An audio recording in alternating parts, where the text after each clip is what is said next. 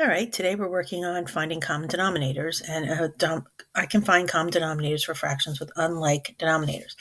Remember, you cannot add or subtract a fraction unless the denominators are the same, unless the units are the same. So we need to figure out how to do this. So Sue wants half of a pan of cornbread, and Deanna wants a third of a pan of cornbread.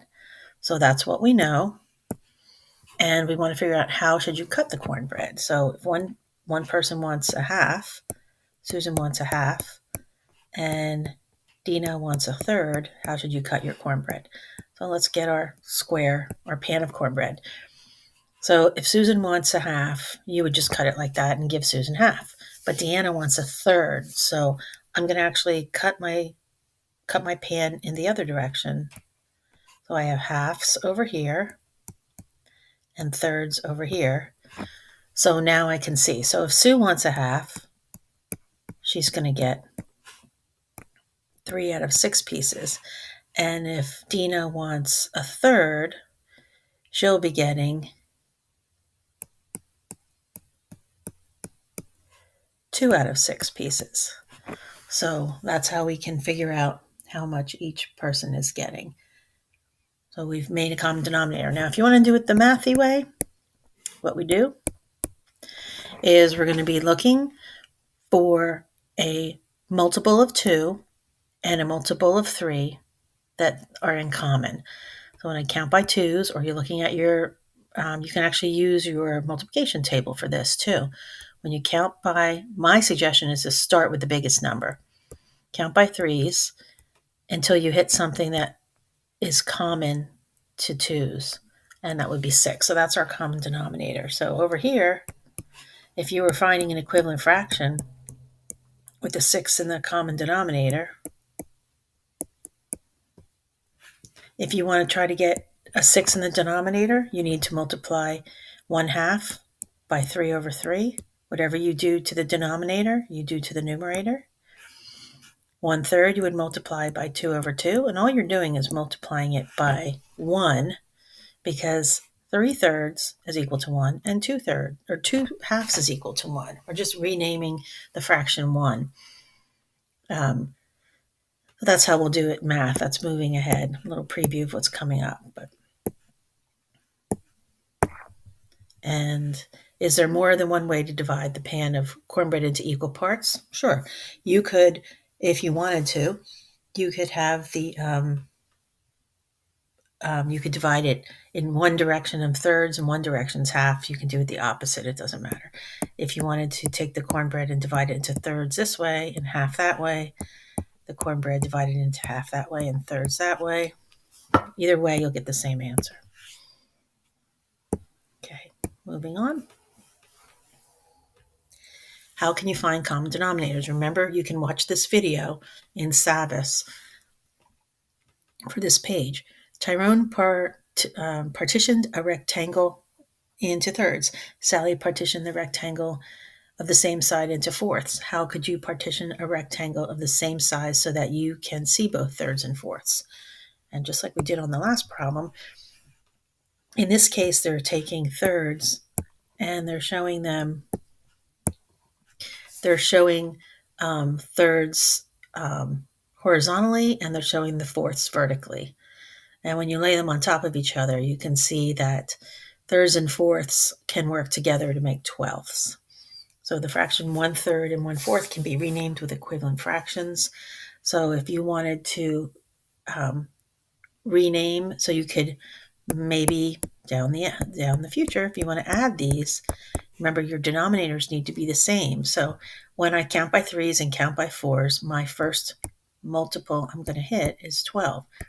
So I'm going to rename these fractions into fractions with like denominators. So now if I had to add them, I would have 7/12. Or if I had to subtract them, I'd get 1/12.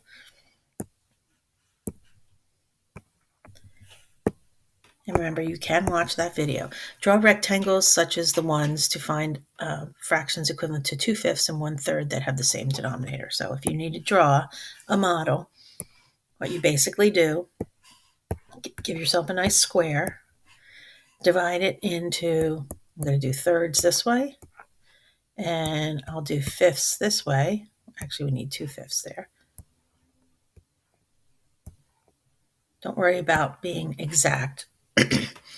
So if I want to find 1/3 and 2/5, and I want to find common, I want to be able to manipulate them to add or subtract them.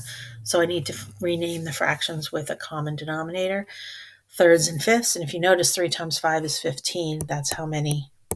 All you need to do is multiply the denominators to get a common denominator. That's a good strategy. That doesn't always get you the smallest common denominator, but when you're working with least, like smaller fractions like this, that's a good strategy. So we can just take 1/3 and multiply it by 5/5. Take 2/5 and multiply it by 3/3. And remember, that's not going to change the value of the area of the fraction. It's just dividing it into littler pieces.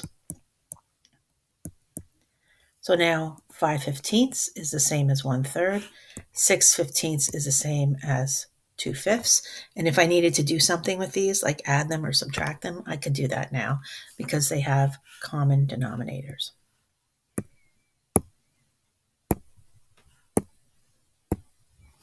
Okay. Find a common denominator for 7/12 and 5/6, and then rename each fraction with an equivalent fraction. 7/12, 5/6.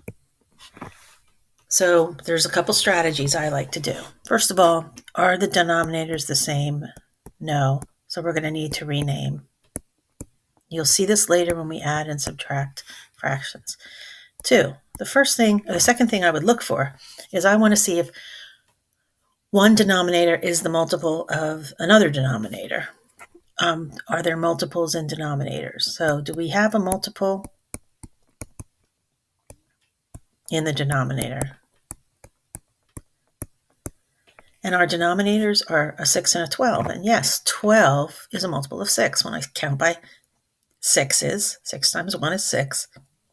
6 times 2 is 12. So I actually could leave this fraction alone. 7/12 can just stay the way it is. Well, I only really need to rename the 5/6.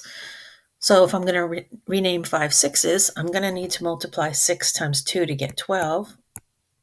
So I'm going to multiply the 5/6 by the fraction 2/2. And now these two guys have common denominators, and I can do stuff with them. Another way you can do it, like I mentioned before, is you can actually just take the denominators and multiply them together. But you wind up with really big numbers. This is absolutely something you could do, but when we get further into fractions, you're going to see a lot of times we don't want our fractions in big numbers like that. We wind up having to reduce them into lower term fractions. So it might be a good idea to get in the habit of coming up with going through the steps and trying to come up with the smallest renamed fraction as you can. So going through my strategies here, when I'm looking at two fractions that I want to add or subtract and I need them to have common denominators, obviously the first thing I do is make sure I even have to do that. Sometimes they have common denominators. You don't have to do anything. The first thing, is step 1. If you don't have to rename them, then don't rename them. Step 2, like in this example, check to see if one denominator is the multiple of another denominator. I like this way. And step 3 is you're going to have to find a common multiple of the denominators. And I like to find the least common multiple, they call that. The smallest number. So our common multiple, for some of these other problems, we'll check it out. And if that, we'll use that to rename our fractions. So those are the 3 strategies when you're adding or subtracting fractions. Number 1, do you have to do anything to them? Can you just leave them alone because their denominators are the same? 2, is there a multiple already there? Like, can you just mess around with one fraction? That's all we had to do on this one. And we left the first one the same. Or 3, do you have to rename both fractions with a common multiple? That's the one that's the most work. So let's come down here. In the example on the previous page, how many twelfths are there in 1/3 of Tyrone's rectangle, and how many twelfths are in each of the quarter sections of Sally's rectangle? So 1/3, oops, get this up here. 1/3 equals how many twelfths? And 1/4 equals how many twelfths? You go back to your page before, or you can try to figure it out using math. So I'm renaming 1/3 and 1/4 with twelfths. So to get from a 3 to a 4, or 3 to a 12, I'm going to have to multiply by 4/4. And to get from a 4 to a 12, I'm going to multiply by 3/3. I'm not changing the value. I'm just cutting it into littler pieces. So 1/3 equals 4/12, and 1/4 equals 3/12. And let's see. Let me scoot this up a little bit. In 2 and 3, find a common denominator for each pair of fractions. Remember, there could be lots of different answers. So we have an 8 and a 3. We're looking at the denominator right now. We really don't care about the numerator. All they want to find is a common denominator. What would you pick if you had the number 8 and 3? After a while, these are going to be so routine for you, you won't even have to think about them. So if you're counting by, and here's my other strategy, counting by 3s and counting by 8s. If you're looking at your multiplication table, go to the row of 8s. Go to the bigger number first. So I'm going to start with 8s, and I'm going to check in with myself and see if 3, does 3 go into 8? So if you remember my strategies, are they the same? No. Does one go into the other one? No. So now I'm going to have to come up with a multiple. I'm going to have to come up with the least common multiple. So counting by 8s, 8 times 1 is 8, 3 doesn't go into it. 8 times 2 is 16, 3 doesn't go into that. 8 times 3 is 24, 3 goes into that. So 24 is my least common denominator. And if you took 3 times 8, you would get 24. So sometimes just multiplying them together will get you the least common multiple or least common denominator. Like for this one, 6 and 3, I could say 18. That was easy. But if I want the least common multiple, come back over here. Are they the same? No. Does one go into another? Well, yes, it does. So actually, 3 can go into 6. So when I count by 6s, 6 times 1 is 6. Does 3 go into 6? Yes, it does. So I could rename those fractions with a 6 in the denominator, and I would show my fraction in lowest terms. So we really want to shoot for that because it'll give you less work at the end when you're trying to show your answer. 5 and 6, I can multiply them together and get a 30. Is there a smaller number? And this we have to find the common denominator, and we're going to actually rename. So it's a little bit more work. So for number 4, I have 2/5 and 1/6. When I multiply them together, I get a 30 because 5 doesn't go into 6. When I count by 6s, the first number I hit that 5 will go into is 30. So I'm going to take 2/5 and I'm going to have to multiply it by 6 over 6 because 6 times 5 equals 30. And 1/6, I'm going to multiply it by 5 over 5 because 5 times 6 equals 30. So that's my answer. My denominator is 30. And here's my 2 renamed fractions. For number 5, 1/3 and 4/5. Are they the same? No. Does one go into another? No. Let's multiply them together or skip count by 5s. The first number you'll say that 3 goes into is 15.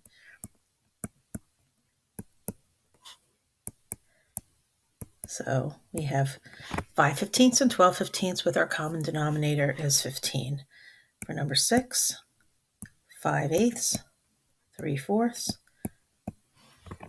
Are they the same? No. Does one go into another? Yes. 4 goes into 8, so I can leave 5/8 alone. I only have to rename this bottom fraction here. 2 times 4 is 8. 2 times 3 is 6. My renamed fractions are 5/8 and 6/8, and my common denominator is 8. Number 7, 3/10, 9/8. Are they the same? No. Does one go into another? No. When I skip count, and this is where if you're the kid that multiplies the denominators together, you're going to wind up with really big fractions. But if you just take that little nanosecond to try to find the least common multiple, count by the bigger number, tens, and stop when you get to something that 8 will go into. 8 doesn't go into 10, we already said that. 20, does 8 go into 20? No. Does 8 go into 30? No. Does 8 go into 40? Yes. So I can rename these fractions with a 40 in the denominator, and that will get us my least common denominator. 8 times 5 is 40. 10 times 4, so those are renamed there. 3/7 and 1/2. They're not the same. 2 doesn't go into 7. Counting by sevens, the first number that they have in common is 14, which is also, if you multiply them together, you would get 14. So 7 times 2 is 14. So I'm going to multiply 3/7 times 2 over 2. And 2 times 7 is 14. So I'm going to multiply 1/2 times 7/7. So there they are renamed. And my common denominator is 14. Number 9, 5/12, 3/5. They're not the same. 5 doesn't go into 12. When I count by 12s, count by 12s, 12, 24, 36. One's my first number that I get that they have in common. So I have to go all the way up to 60 for that, which is actually 12 times 5. 12 times 5 is 60. So you know that's going to be a common denominator because you just multiplied the denominators together. So that is always a way you can go, but you sometimes wind up with really big numbers. Like in number 7, you would have wound up with 80 if you had done it that way, and you would wind up with 24/80 and 90/80, which are big numbers. And so when we add or subtract them, we're going to have a little bit of work to do at the end to bring them down to lowest terms, to simplify them, we call that. Back to number 9. So 5/12 times 5 over 5, because 12 times 5 is 60. 5 times 5 is 25. 3/5, I'm going to multiply by 12 over 12s. 36/60s. All right, now number 10. Running out of space here. For number 10, I have 7/9 and 2/3. Are they the same? No. Does one go into another? Yes. So I can leave 7/9 alone, and I only have to change 2/3 into ninths. 3 times 3 is 9, so I'm going to multiply 2/3 times 3 over 3. So I get 7/9, 6/9 with a common denominator of 9. And for number 11, 3/8 and 9/20. They're not the same. 8 does not go into 20. When I count by 20s, what's the first number I hit that 8 will go into? 20 times 2 is 40. There we go. I got it right away. So 9/20 equals how many 40ths? And 3/8 equals how many 40ths? This will be times 2 over 2 because 20 times 2 is 40. So 9 times 2 is 18, renamed. This will be times 5 over 5 because 8 times 5 is 40. 5 times 3 is 15. So I rename fractions, 18/40, 15/40. My common denominator is a 40. So go do some buddy work and get some practice done with that. Or you can continue on or do the homework page in the book if you like to do some more work like this.